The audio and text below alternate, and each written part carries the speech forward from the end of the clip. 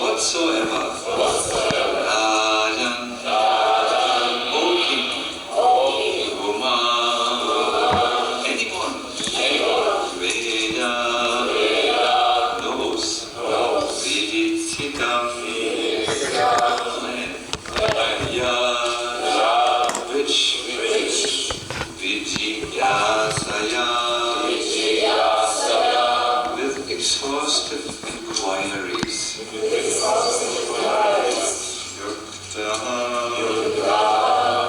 being engaged, Moyanti, bewildered, Kavaya, great philosophers, Api, even, certainly, translation, O King,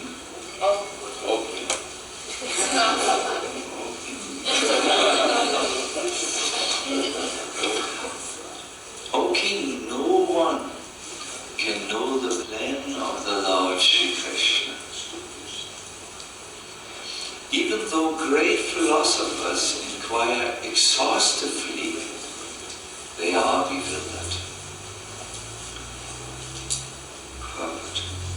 The bewilderment of Maharaj Yudhishthira over his past sinful acts and the resultant sufferings is completely negated by the great authority Bhishma, one of the 12 authorized persons. Bhishma wanted to impress upon Maharaj Yudhishthira that since time immemorial, no one, including such demigods as Shiva and Brahma, could ascertain the real plan of the Lord. So what can we understand about it? It is useless also to inquire about it. Even the exhaustive philosophical inquiries of sages cannot ascertain the plan of the Lord. The best policy is simply to abide by the orders of the Lord without argument. The sufferings of the Pandavas were never due to their past deeds. The Lord had to execute the plan of establishing the kingdom of virtue, and therefore his own devotees suffered temporarily in order to establish the conquest of virtue. Bhishma was certainly satisfied by seeing the triumph of virtue, and he was glad to see King Yudhishthira on the throne, although he himself fought against him. Even a great fighter like Bhishma could not win the battle of Kurukshetra, because the Lord wanted to show that vice cannot conquer virtue, regardless of who tries to execute it.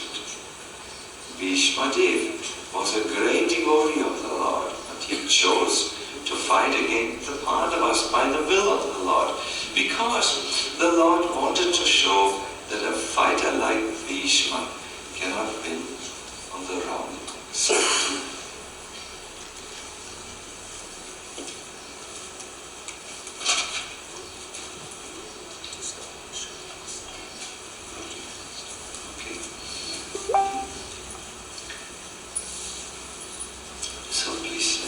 Sanskrit again, and then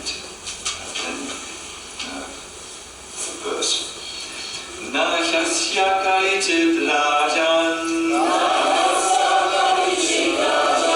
uman veda viditsitam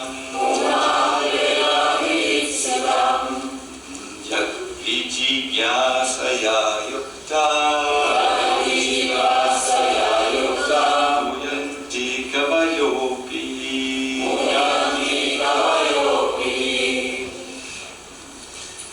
O King, no one can know the plan of the Lord Shri Krishna.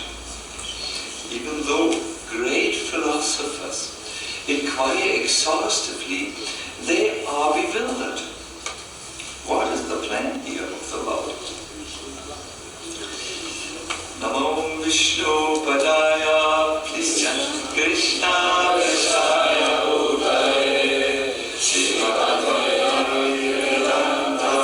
Swami.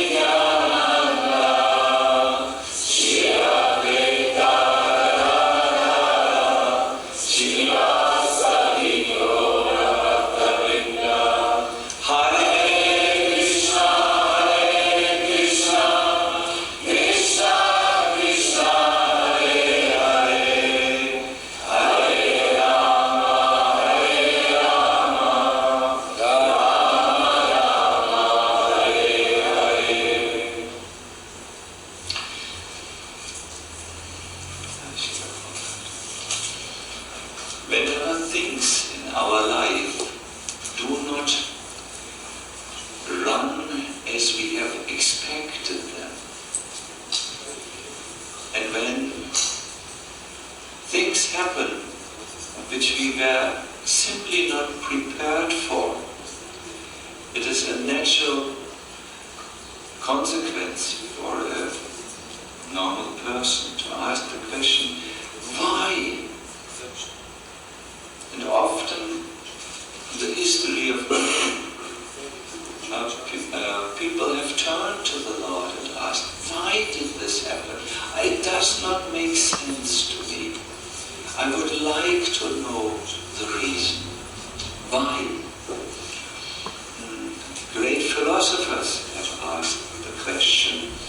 There are many discussions in the academic field about why do bad things, for instance, happen to good people. There is a whole theological branch, Theodicy, we say in German, which tries to give an answer to this question. Why have things happened? Why has so much evil been done to God's people, the Jewish community, and they had to suffer so much? Why have children in Africa starved? Why this massacre in Syria? And why can the world not stop it? This question, why? And great philosophers have asked to find out the plan of the Lord. But in this verse it says, the Bhishma, a great spiritual authority, has given an answer that it's not possible to find an answer to this question. And there is a real issue here which Bhishma comments on. A real heavy thing had happened just before everyone. The Pandavas, the 5 brothers, who were very, very good people, and who were protected by the blessings of saints, the Brahmanas, who were close to the Lord himself, who used to come to the palace of the Pandavas and stay with them. And the Pandavas who were always acting according to the codes of what's right and wrong, the Dharma codes in the universe, they were suffering really bad things. And the question is, why? Why were they from being small children? They lost their father Pandu. They came back to the court, the royal court, and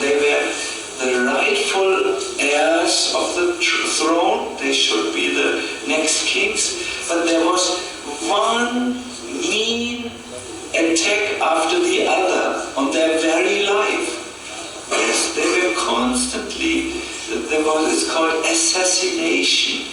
There were plans for their assassination.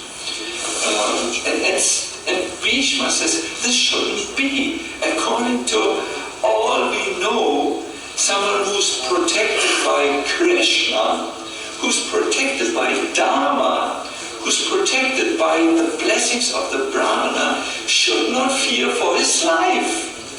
This is not right, according to normal understanding. What is at work here? What is working? What is going on? Now, this is a big question. And when I discussed with His Holiness Krsna ksetra Swami, he said this is a Vedantic question. This is a real philosophical question. Sometimes it's said, yeah, we suffer because of our karma. Other answers is because of our destiny, our fate. And some say, well, after our God is behind everything, so we must suffer because of God. But then this doesn't make any real sense. Vishwanath Chakravarti Thakur in the Prabhupada says, some say, he comments on this, but I want to be quick because I have to end in time. In Mahabharata, there is an amazing little story where an attempt is made, a very good attempt, to find out what is the cause or who is the cause of unexpected things in life. There was a very good elderly woman. She was a widow, and she had, from her husband who had died, a very good boy. His name was Arjuna. He was not the Pandava Arjuna. And this boy was the only shelter the old woman had. The boy would take care that there would be enough food on the table. He would protect his mother. He was the only, let me say, hope for the mother to really be well cared of in her old age. And one day this boy went into the forest. He passed by a tree, and a poisonous snake jumped at him, bit him, and within seconds he was dead. This was seen by a hunter who knew the family and who said, this is too much. And he used all his hunting skills. By throwing a net and captured the poisonous snake. He didn't kill her because he wanted the old woman to take revenge. So he put the poisonous snake, who was hiding in the net, to the old woman. The woman had already heard what had happened to her son and had seen the dead body of her son. The villagers had carried it. And the hunter said, my dear old lady, I can understand that you are totally, have a lot of grief in your heart, but I have good news. I brought the dangerous snake. Here, take my sword. She should die from your hand now. You can make it very slow that she really suffers, so that, because if you see her suffer, your suffering will go. You may know this illusory concept. It is voiced in Spain. It says revenge is a sweet dish which tastes best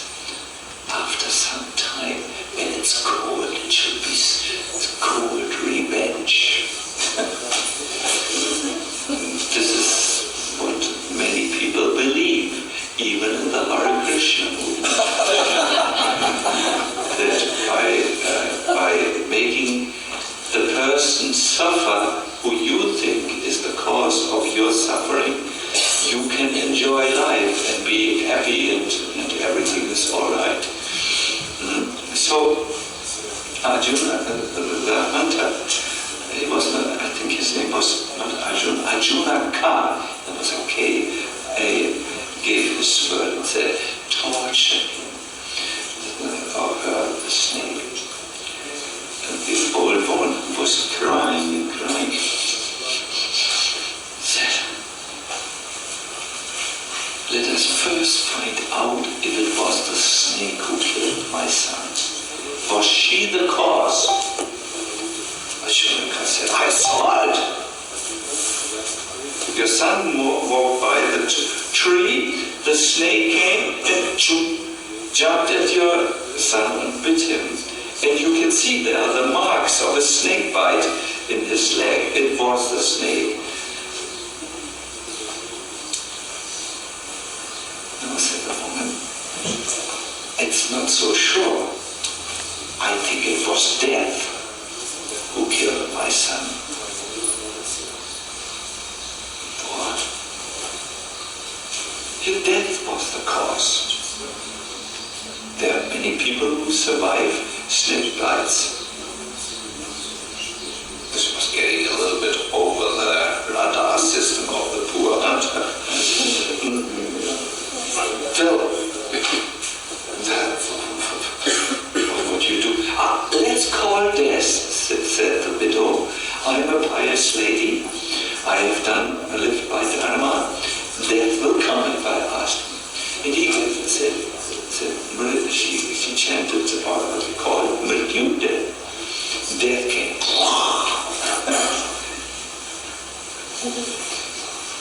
I have a question then. Did you kill my son? No, said the death.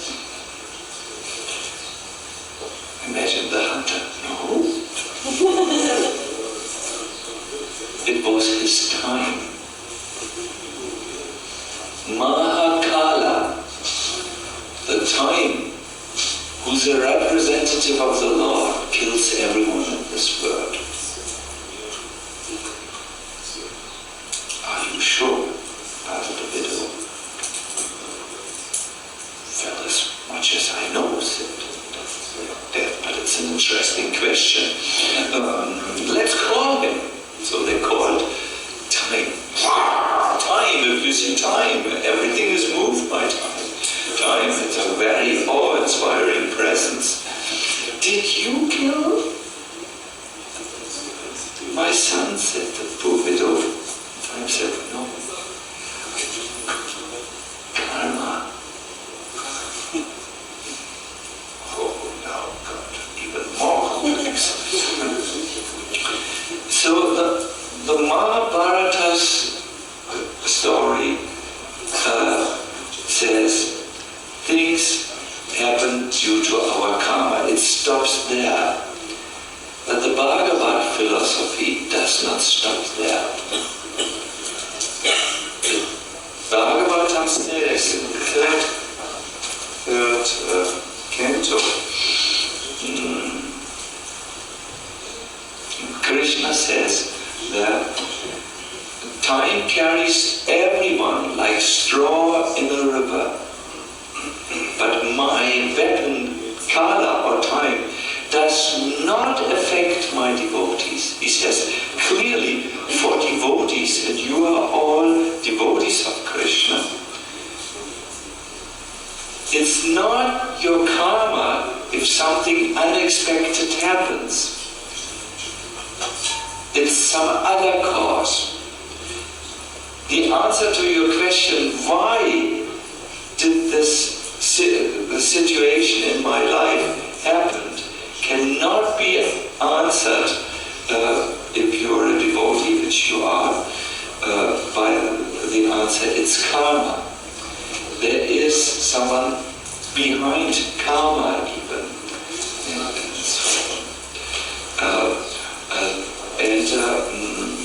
I think you can have an understanding who might be behind all the laws of nature and all the other causes. Any idea? Just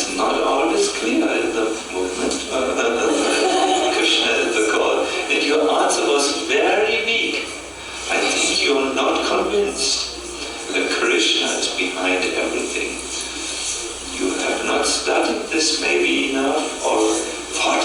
Krishna is behind politics? Krishna is behind internet? Krishna is behind misunderstandings? I think you were thinking like this, therefore your answer is weak. I think it's good that you give an honest and weak answer. I'm not convinced that this Krishna used and so on. In my presentation, 15 more minutes we have. I'm going to try to shed some light on it.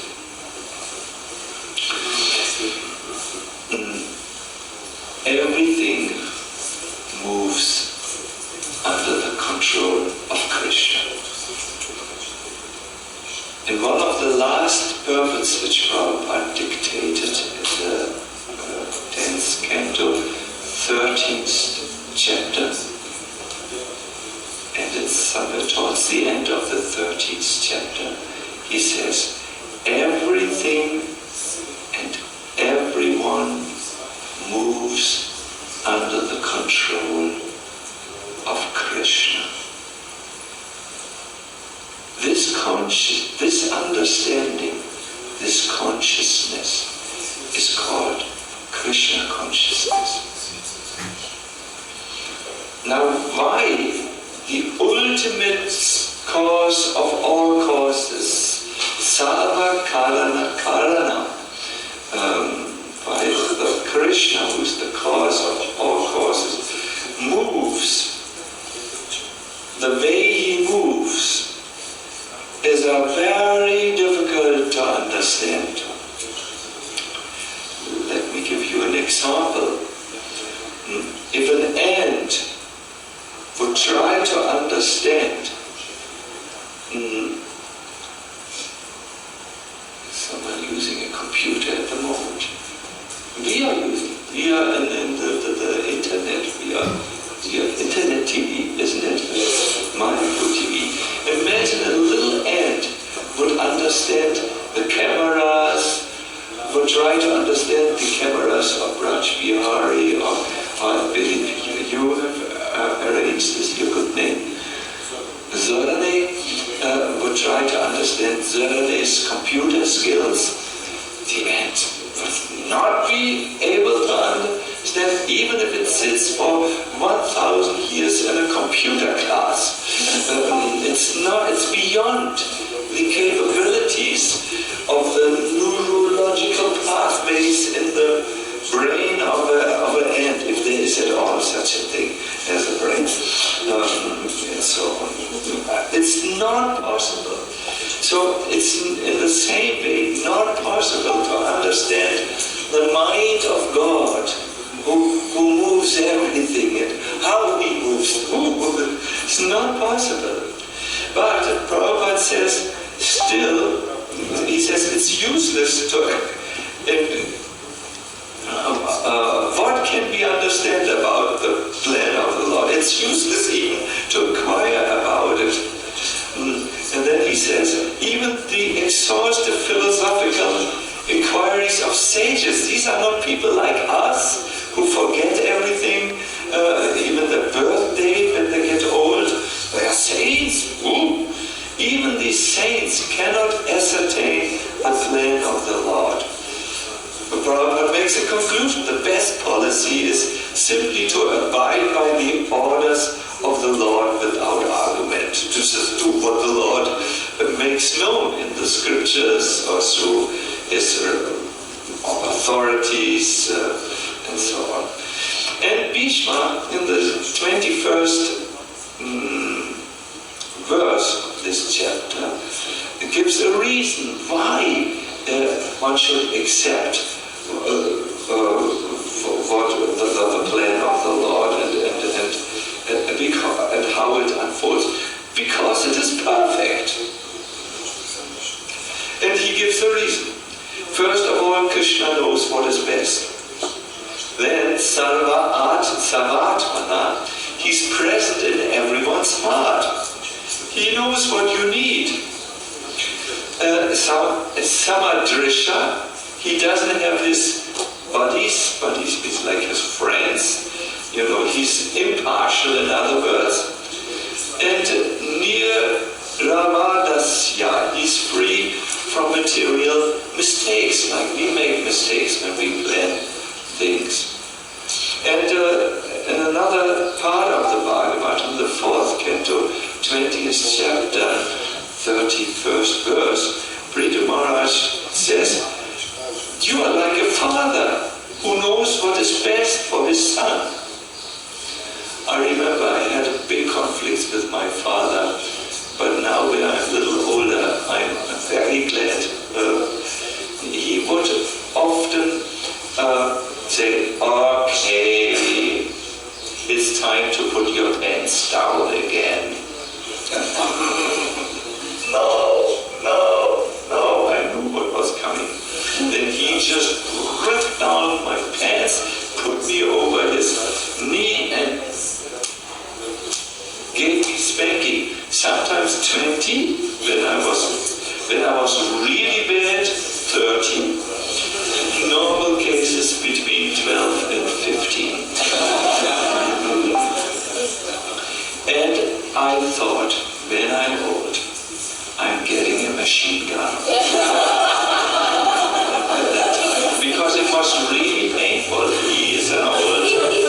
He was marching in Hitler's army. He is not a big person. And when he gives punishment, it's good punishment. And so on. But now, when I'm a little older, I'm so grateful. If I would not have been disciplined at a young age, I don't know what I would be today. I just cannot say, because I'm not a good person. I have been born in a family who did war crimes. It's not an auspicious birth which I took. And if I would not have learned discipline in my young life, how would I have gone on Sankirtan when it would be so difficult to tolerate the abuse and not of people? How would I have gotten up early when my time to sleep is in the morning? You know, that is how my biorhythm works. How would I have tolerated the different things which come in the life? The austerities you have to do in the service of the spiritual master. And I'm very grateful to this. My father was crying often when he was beating me, because he had some sympathy for me, but he knew it would not work for me. So Prithu Maharaj gives such an example. Like a father who knows what is best for his son, you deal with your devotees. Vishwanath Chakravarti Thakur writes how a devotee feels. He says, "The Lord certainly knows what is best for me, even if I don't know. Karma and time," says the devotees, "have no effect on a devotee. So it is Krishna's personal arrangement for me that this happened. Out of his milosty, Krishna sometimes gives me happiness and sometimes gives me distress." So you will ask now, what could be in the mind of the Lord to give his devotees like the Pandavas distress? You know, what is there any? Tell me, is there any pedagogical value in distress? I mean, can distress help you to move onwards? It's an interesting question which has been dealt with psychologists. Do you know what is a trauma? A trauma? What is it? unpleasant moments in our life, very unpleasant moments that we have. Yeah, that is half of the explanation. Thank you very much. It's not the moments. Yeah. Yes, but it's a very good answer. Very. Yes. Anyone else? What is a trauma? Yeah. Trauma can also be explained as something that we cannot explain to ourselves. And Good means here. I could not see with the classes. Yes. Good we know psychology. Trauma could be something which we cannot explain to ourselves. Your answers are very good. Let me help you. Trauma is the reaction of the psychological system. You get a trauma when when something happens like our Mataji says, a very unpleasant event, and when it is something which our Kakunmi also told us, that you can't deal with it, you can't explain it, how could it happen? And then it causes something, a trauma in you, that is something that sticks in you. It's like a dark cloud, and it begins to influence you. This suffering which was inflicted in you sticks, in other words, like a thorn, but not a thorn which gets out of your system, a thorn which stays in. I have such a trauma here. Do you see the black spot? It is not a problem for me. I know this makes my finger different from everyone else's finger. It's a little black thing. That's a splinter which stayed in here. Now, when a trauma says, when something happened which is traumatic, which has that potency to really screw you up, to really, it's like it hits you in your subtle body, you know, then this is bad. For instance, if women report if in their childhood that they're abused in some ways, it stays there, and they have difficulty to relate with men sometimes, or when men have a traumatic experience, it stays there, and it like a splinter which doesn't get out, and it just screws up their life. It's a very bad thing. Now there is a research, it's called the post-traumatic benefit. They have found out that if something happens with it happens after such an event, which is really bad. If you can learn to deal with it in a strong way and learn your lessons from it, then there is psychological growth, and you develop what is called here I have to ask Krishna, is it called resilience? Resilience, that's a difficult word even. I also don't know. What is resilience in the Sweet Creation? What? Yeah. It's a certain inner strength which helps you to deal with things. And it has been found that traumatic events which have that potency to really hit you can be good for growth, because it's called post-traumatic growth. And an example, let us not be too Vatalage here, has been offered by these psychologists. They have studied things in earthquake victims in Japan. Sometimes there are earthquakes which are so heavy that the houses crash. But they have found out people who can digest this can build new houses which are better. You follow? Can you understand this example? Therefore, the Chinese culture, and I notice here very Chinese influenced decoration, it is very beautiful, very beautiful. Chinese culture has a sign which I could show you. It means that a crisis is also an opportunity, but only for people who are spiritually strong. Those who are spiritually weak will be bulldozed by an earthquake and not build a new house, but become beggars. Or when something happens, some arrangement happened in your life which you did not like, if you are not spiritually strong at that moment, you will enter into the blame game. Do you know the blame game? He did it. He was very wrong. Or a group of people. This group of people is impossible. You know, and now comes the unpleasant part of this lecture. You will not take responsibility and be able to grow through this.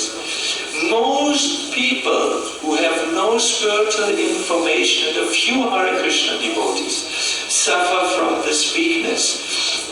Only a few, I don't think in Croatia.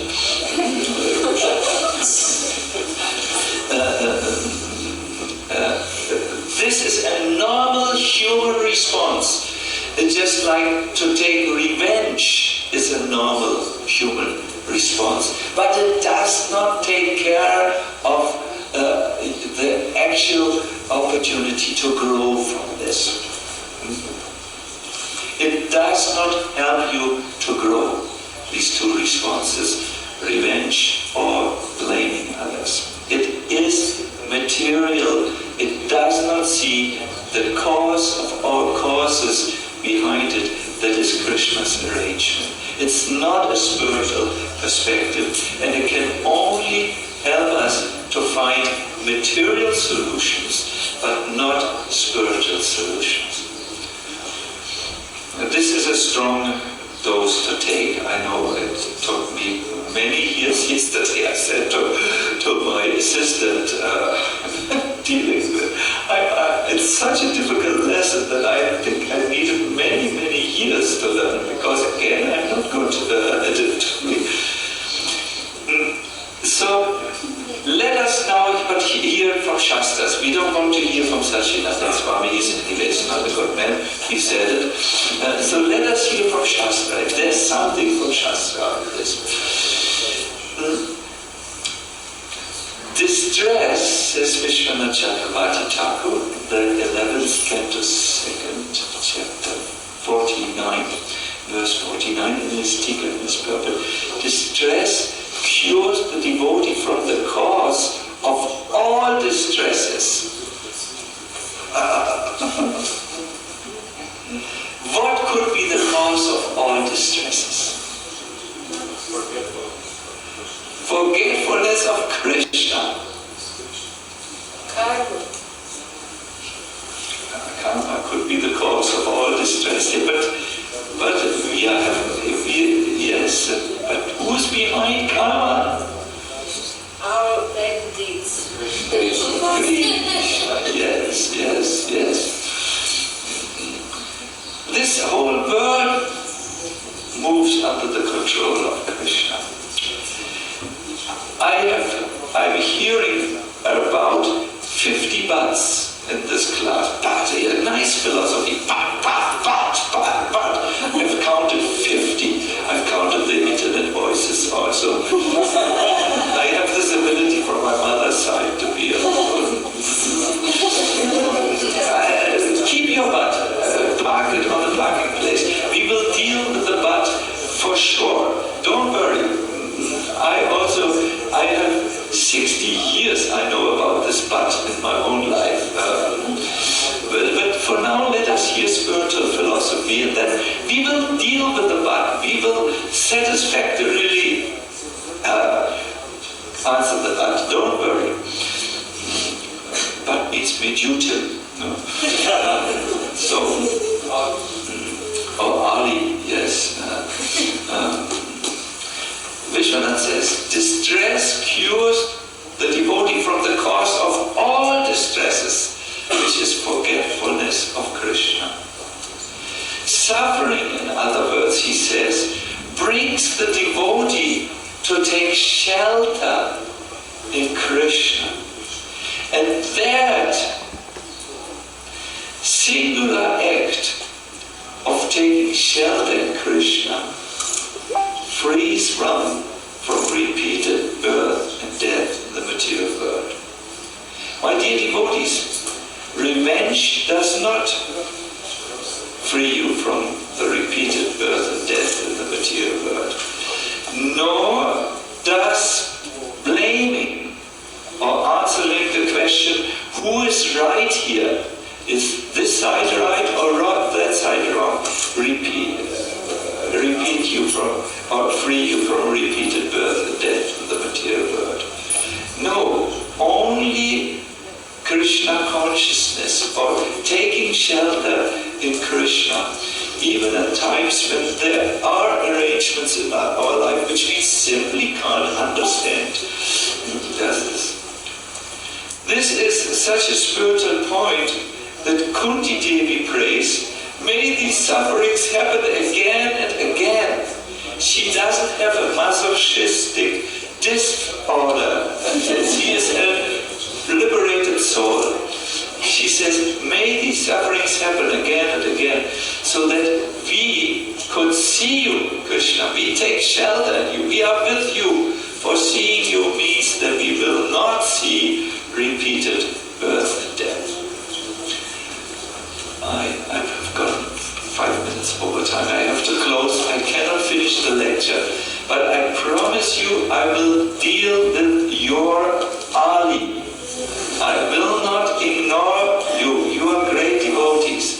But I hope you will listen to this lecture again while your Ali is parked somewhere, so that you can understand what it says, because there's some logic behind it which you need to understand. It's difficult, but it is there. Hare Krishna. My dear devotees, I'm not preaching to you. I'm preaching to my Ali, which is not always, which is protesting that things happen in my life which I feel are unjust and incorrect and not coming from good motives, and so on. I have an Ali also when this happens, and I have to see that Krishna is doing this to me, so that I learn something.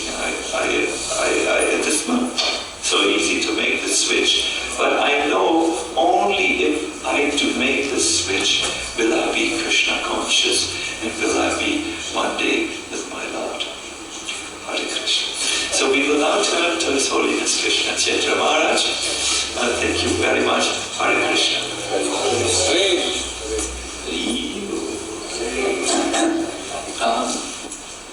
What is our schedule? Because I see that it's now. Okay. Yeah, so okay. So please endure your hunger pangs and so on. I must admit that you've left us in so much suspense. You've left us in so much suspense. I'm wondering if it wouldn't be more productive that now this discussion. The cliffhangers. Cliffhangers are reset. That's how we sell. If you leave an open question, and then they want to come back in part 3. Okay. Nama sashtam manamati sakchiputram atrasvarupam rupam tasyavidramadupudimatarindoshtamati radha kundam giribaramaho radhikamadavasam prakto yasya pratita kripaya shri gurum dhammadosmi Jaya Shri Krishna Chaitanya Prabhu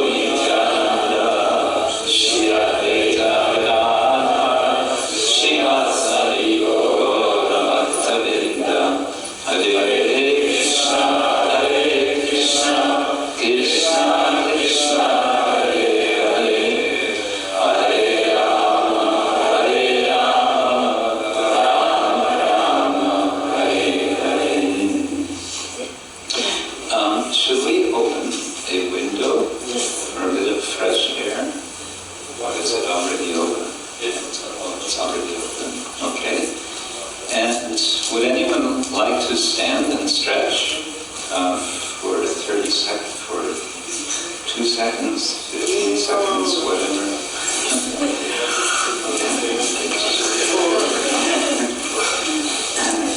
Yeah, everybody wants to. Meanwhile,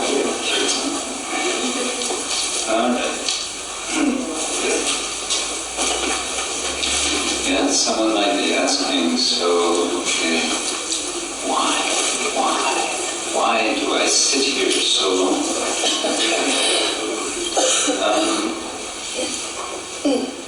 This morning, just minutes after I got up, I was sitting and I hadn't taken a shower yet. I was sitting. Suddenly I felt something on my foot, like something biting or what? And I pushed it off. I looked, I couldn't see anything. I thought, am I imagining things?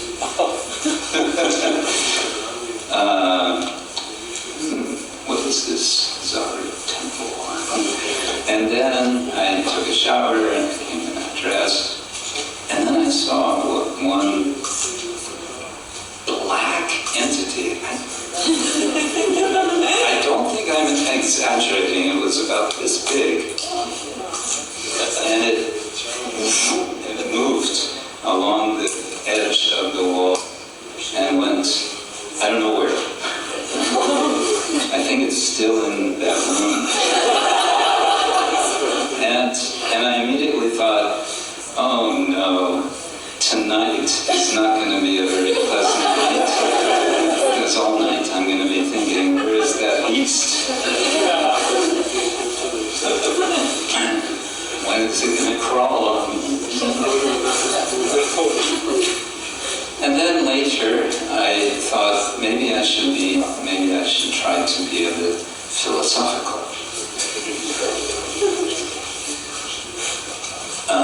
This living entity, whatever its name, let's call him George,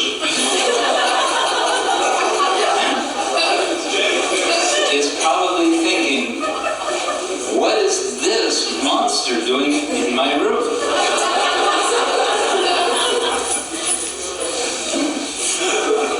And he's probably horrified, and he's thinking, how am I going to sleep tonight?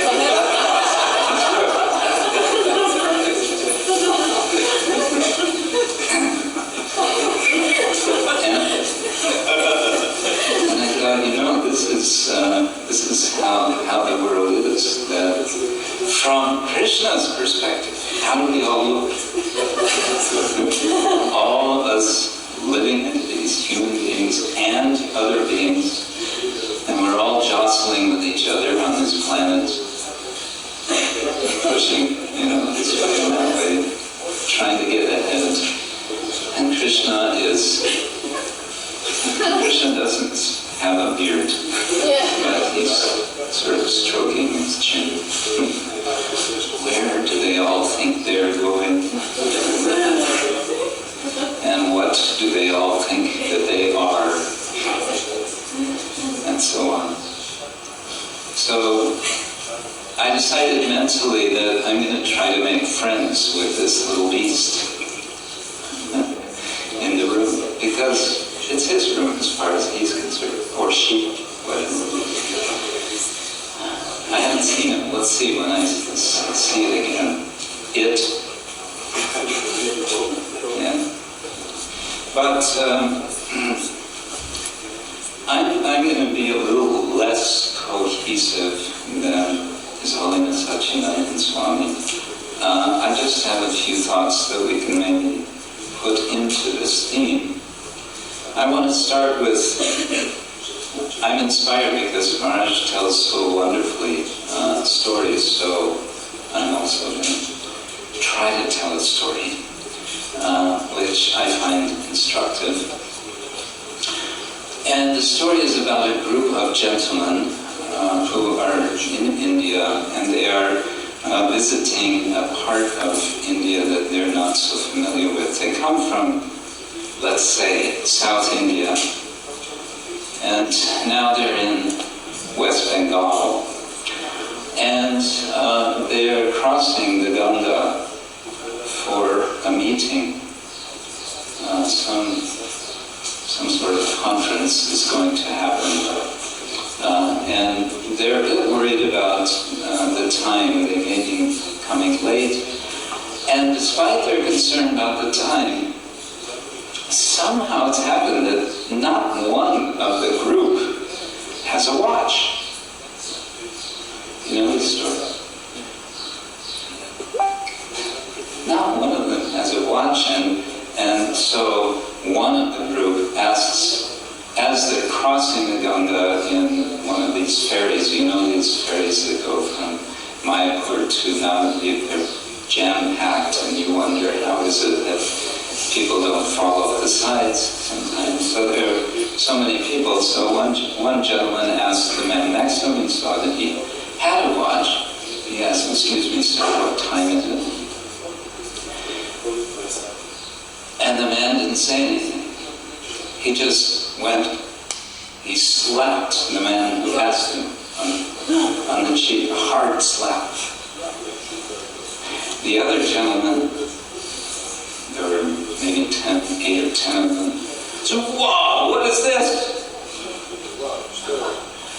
This man slapped you, you should slap him back." And the first man who had asked the question said, no, wait, let's ask him why he slapped. So, "Excuse me, sir, I was asking you what time it is, and your response was that you slapped me. May I know why you have done that?" And the man said, "Yeah, that's how I answer people when they ask me what time it is."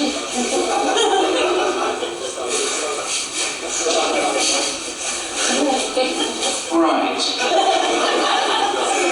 So, purport, a little bit more explanation.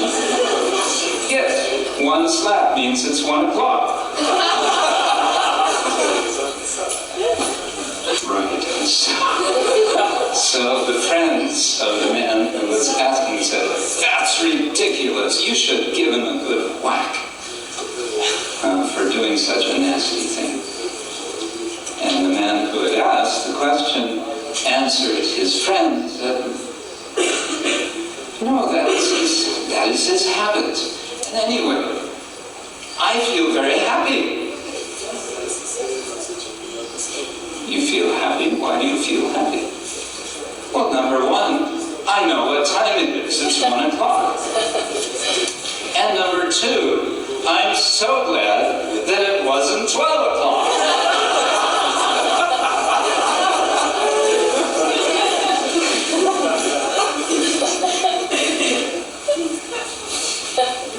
Okay, what's the moral of this story?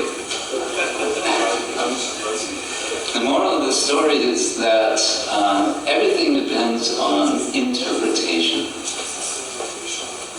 Constantly we are interpreting how others behave. We are interpreting others' non-behavior. And this interpretation is then leading us to also act. Sometimes we may act by speaking, sometimes we may simply act by thinking, sometimes we may act in a physical way. This issue, the question that comes in this verse, "O King, no one can know the plan of the Lord, Shri Krishna, even though great philosophers inquire exhaustively, they are bewildered." Behind this question, philosophically speaking, is the question about causality. And what's so bewildering about the question of causality, we heard this nice story about from the Mahabharata. What's so bewildering is that in this world, every effect is also a cause. Usually more than one cause. Every one of many effects of one other cause or many other causes. And then every effect becomes the cause of so many other effects. Did I get you enough confused?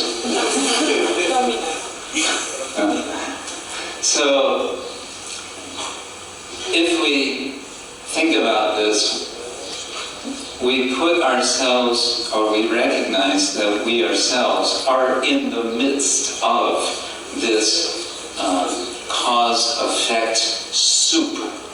We usually think of causes and effects as chains, a chain of cause and effect. That would be very nice.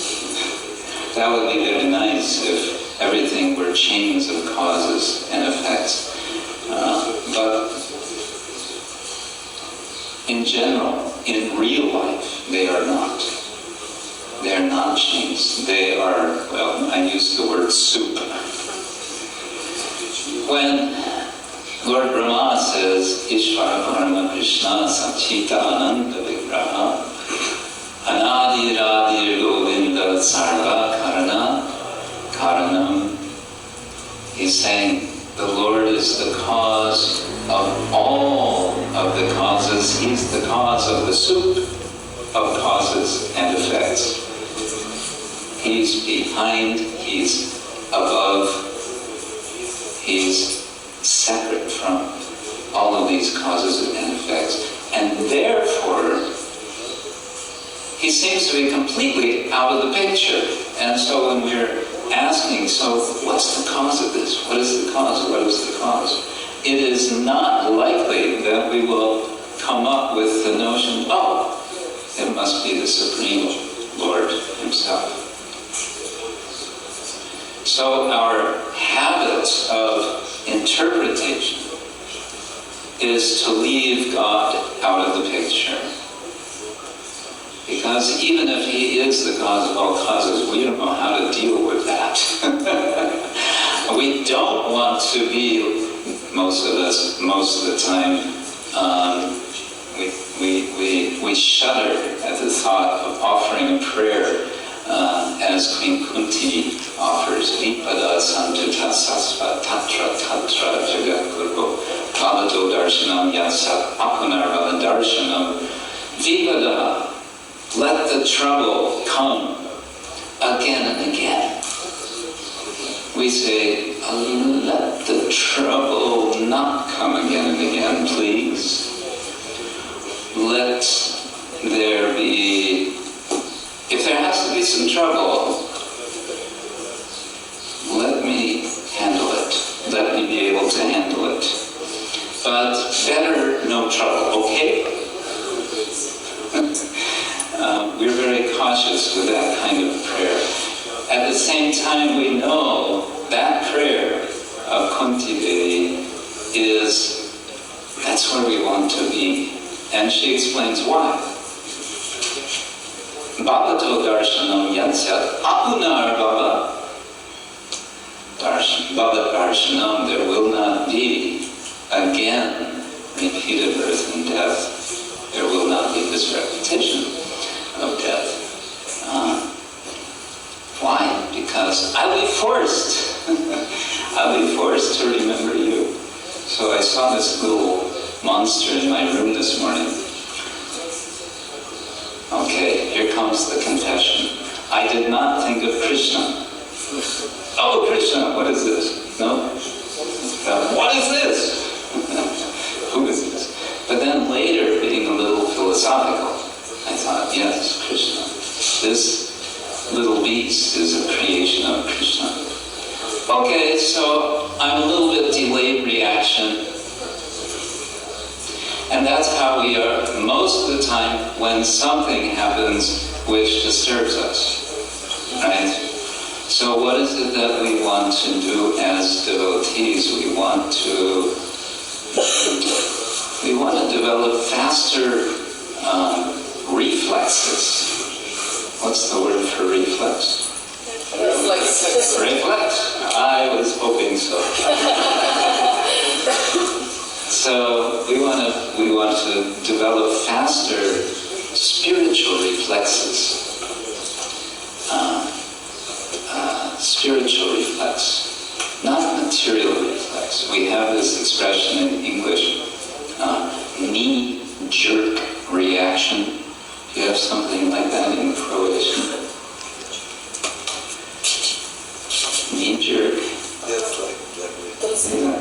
Yeah, when you knock a certain point on your knee, your foot goes up. Boom.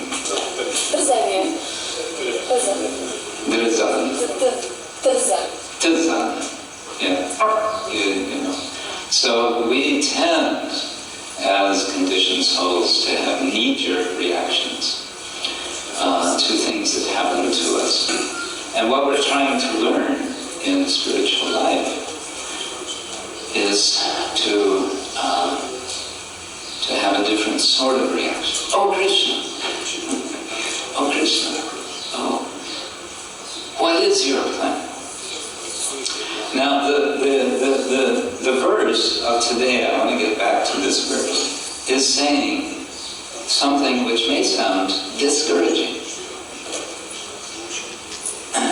Na hyasya karijit rajan bhugman veda viditsitam yat vijñāsaya yukta mukhyanti kavayo abhi. Even kavis, even learned persons who are yukta, who are connected, who are engaged, who are doing yoga. Yukta means yoga-fied, engaged. They're really doing their best. And not only that, vijñāsaya. Atato Brahma jignyasa, right? What does that jignyasa mean? Why? Yeah, literally it means the desire to know. Having the intense desire to know. And vijñāsa, it's like over the top. Having a super intense desire, Prabhupada translates it with exhaustive inquiries. Exhaustively, trying all the best you can. So the verse is telling us, don't waste your time, you're not going to find. You're not going to find that cause, that plan of the Lord which is behind all of this, because where are you going to be looking? You're going to be looking within the limited sphere of causes.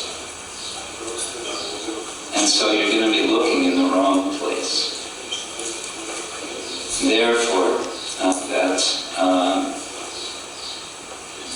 point is being made by Krishna. But now I want to call attention again to the purport. Srila Prabhupada says, about halfway through the purport. Okay, so we've looked in the sphere of causes and effects and we don't find anything. So now Shastra is telling us the cause is the Lord, and the Acharyas are telling us. And then Prabhupada says, the Lord had to execute the plan of establishing the kingdom of virtue. The kingdom of virtue. That's really an interesting expression. The kingdom of virtue. Wouldn't it be wonderful if there would be a kingdom of virtue? Is Croatia a kingdom of virtue? Almost. We're almost there. We just got into the European Union, so now just a couple more years and we'll have the kingdom of virtue. England is now voting whether they're going to get out of the European Union. So, okay, further. And therefore, his own devotees suffer temporarily. In order to establish hold on to your hats. The conquest of virtue. The conquest of virtue. Conquest, fighting. So, interesting. Virtue involves a fight? Yes, it could. Sometimes there can be some conflict. And sometimes that conflict can be very disturbing, and out of that, if we are serious about being devotees, what is it that we can establish? We can establish the kingdom of virtue. Another way to put this is a society of sadhus. Sadhus and sadhis. And that's a whole subject in itself, but I like to call it collective sadhutva. Sadhutva means the condition of being sadhu. That's what we're working on, that's what we're aiming for. But, guess what? It's a hospital. We're in the hospital. And in the hospital, surprise, surprise, there are people who are not well. And who are those people who are not well? Oh, it's those people, it's those people, it's those people, they're not well.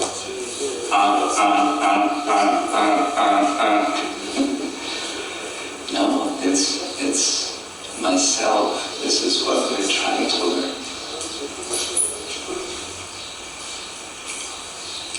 Now, I want to express one of the alis. Okay. All of this discussion in the Bhagavatam is about the Pandavas and how the Pandavas have undergone so much suffering, and it's all for the purpose of the Lord. He has His greater purpose, and we can't understand what that is. Yeah, but that's the Pandavas. Pandavas are great devotees of the Lord. And you just said yourself, we're in the hospital. So it's not fair. We're supposed to be undergoing therapy. We're in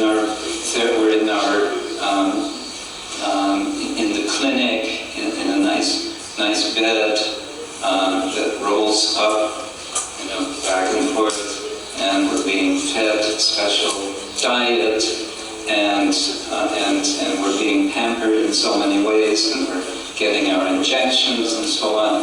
Whoa, what was this? Something happened which wasn't part of the hospital program. I checked into this hospital expecting proper treatment, and what happens? Something I wasn't expecting. So, what about me? I am not one of the Pandavas, all right? So how can this be a satisfactory explanation of the Lord's plan for some little person like myself who is, I won't even say I'm a devotee, I'm trying to be a devotee. Srila Prabhupada once said, advanced devotee, Narada Muni, he is advanced. Okay, so this is my hobby.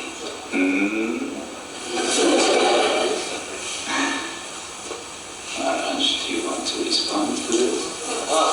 Sorry, I can. We have 5 minutes. Yes.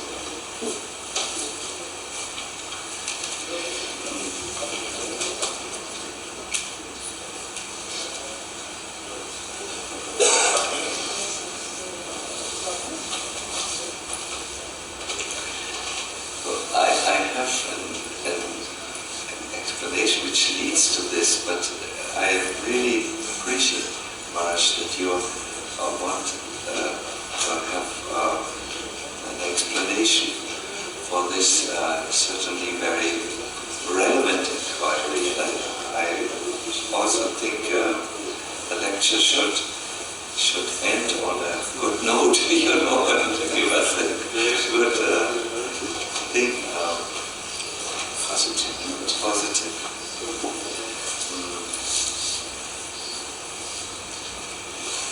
There are principles, spiritual principles, which apply to everyone. I would like to give an example. A little match will destroy the darkness, and the sun will destroy the darkness. And no one can hope that it is possible for anything to be as bright as the sun. But even the little match, that is a little small portion of a light, has still the same effect. It does the same work as the big sun. So there is a thing that when we turn to Krishna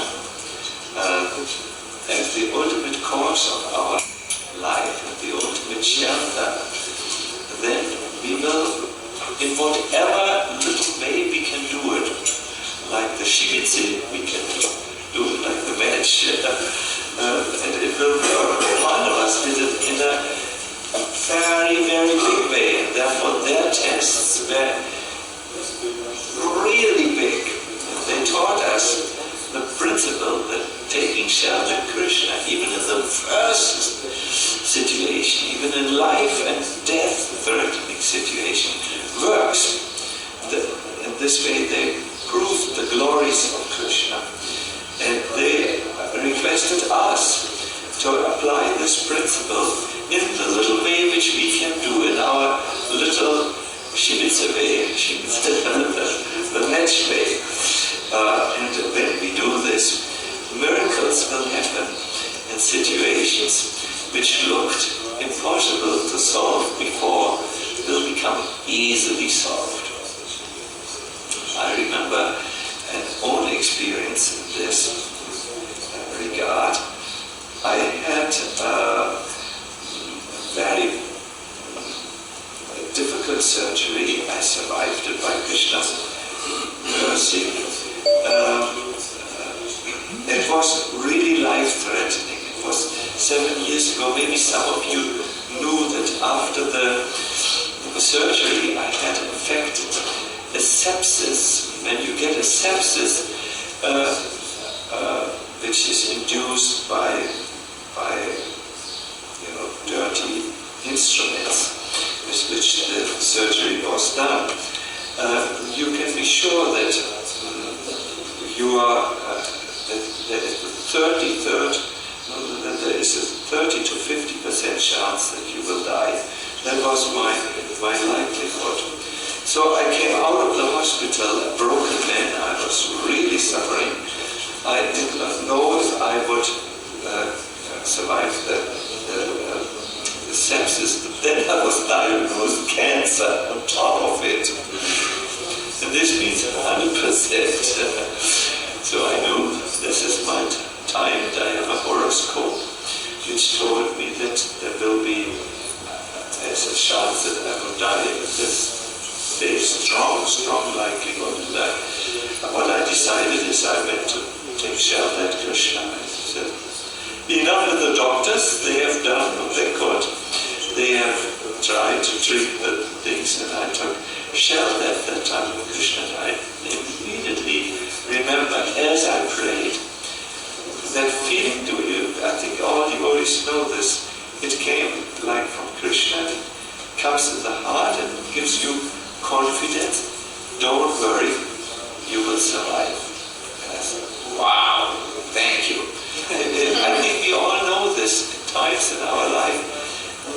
We get an idea, it doesn't come from our own mind, it is from somewhere else. And we recognize this idea as a God-given answer. And the way we recognize recognize it is we feel secure, we feel safe now, we feel everything is in good hands. This was the right decision, this will work. So I felt like this, but it was really only after taking shelter in Krishna. This is what Krishna wants to show to the Pandavas and to the small devotees to us, that if you take shelter in Krishna, this is the Endlösung, the final solution for all miseries which will come. And therefore, to push his devotees, he will give situations like this. Now, for the Pandavas, it was a big principle. Their sons, we are only Shivitzes, but it works for the sun. When the sun rises, the darkness goes, darkness of forgetfulness, and then the Shivitze rises, the mesh. Also the darkness goes. So, yes, we are small, and we are in the hospital, and therefore, by Krishna's mercy, our problems are luxury problems. They are not very big. We may think, oh, this is so big. It's nothing. It's very small.